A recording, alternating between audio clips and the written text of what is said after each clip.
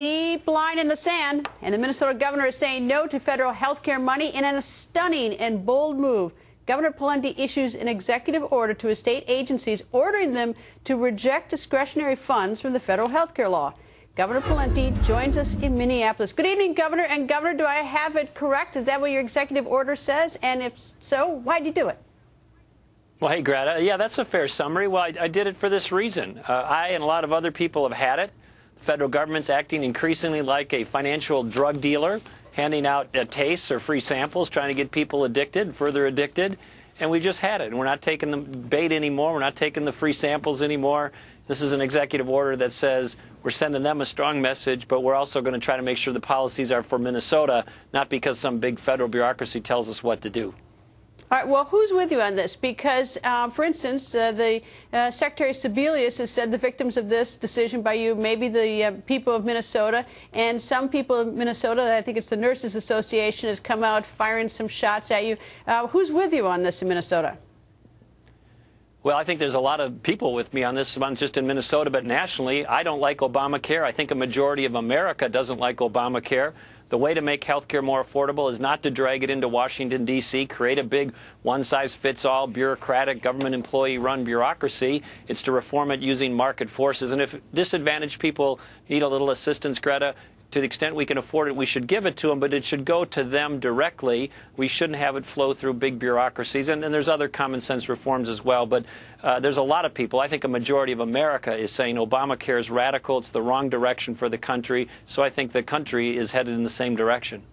Okay, now I say this sort of bold, and in your response you said nationally, and so let me bring you to one of the polls that just came out recently in your state. Minnesota voters they disapprove of the time that you spend out of the state campaigning, become a national figure. 54% of 750 likely voters surveyed disapprove of your national political activity. So what do you say to 54% of the likely voters in Minnesota who say, you're interested in the nation, not about us here in Minnesota? Well, I don't expect people would like the fact that I'm trying to get around the country and influence the elections in 2010, but I think it's important work, Greta. I think the future of the country is at stake. The future of Minnesota is at stake if we don't get a better direction in these elections this fall. So I'm happy to do what I can, and I think it's important work. And I don't measure the value of it by what's important in any snapshot in time. I measure the value of what the value of it's going to be over the next decade for Minnesota and for the country. And the polls come and go, the sentiment of the moments come and go, but I'm going to do what's right. And I think that will stand the test of time.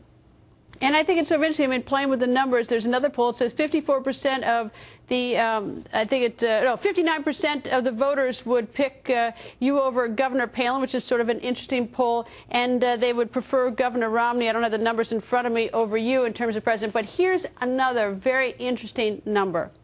The unemployment rate in Minnesota, 6.8%, below the national average. So while people are giving you heat, some people for this latest decision, tell me, why is Minnesota below the national average in unemployment? What have you done differently? Or what's different about your state?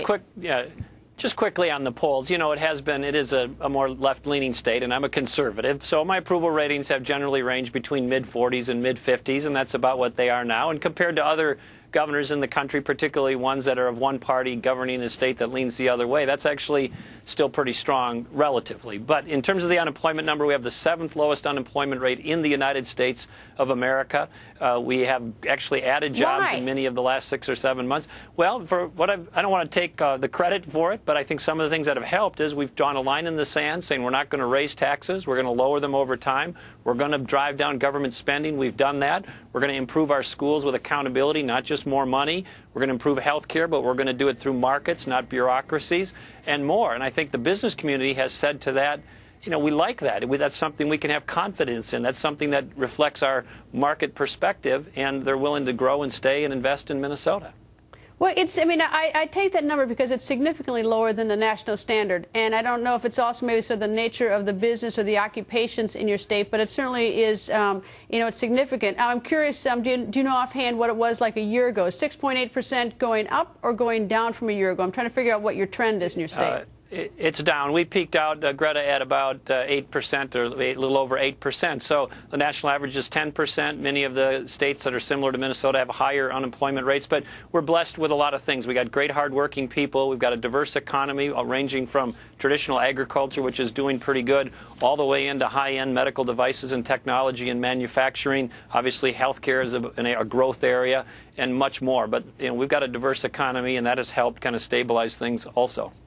All right, so while I give you credit, maybe partial credit, maybe get more credit for the unemployment, I think you're certainly entitled to credit as governor for your low unemployment rate. I'm curious that you're getting the Star Tribune newspaper is giving you a little trouble because now sooner do you issue that executive order on federal health care money that your PAC sends out a letter today looking for money for a national challenge. So you're getting heat for that. Yeah, well, I get heat for everything. But, from the PAC standpoint, I wasn't aware that they had done that, but we didn't decide this for any political purposes. We've decided it in my official office for policy reasons, and it's consistent with the kinds of beliefs I've had for 20 years. So this is not some new thing we just cooked up the other day. All right, Governor, thank you, and I'm going to take a closer look at your economy because that's a good number. Thank you, Governor. Thank you, Greta. A new USA Today Gallup poll that must have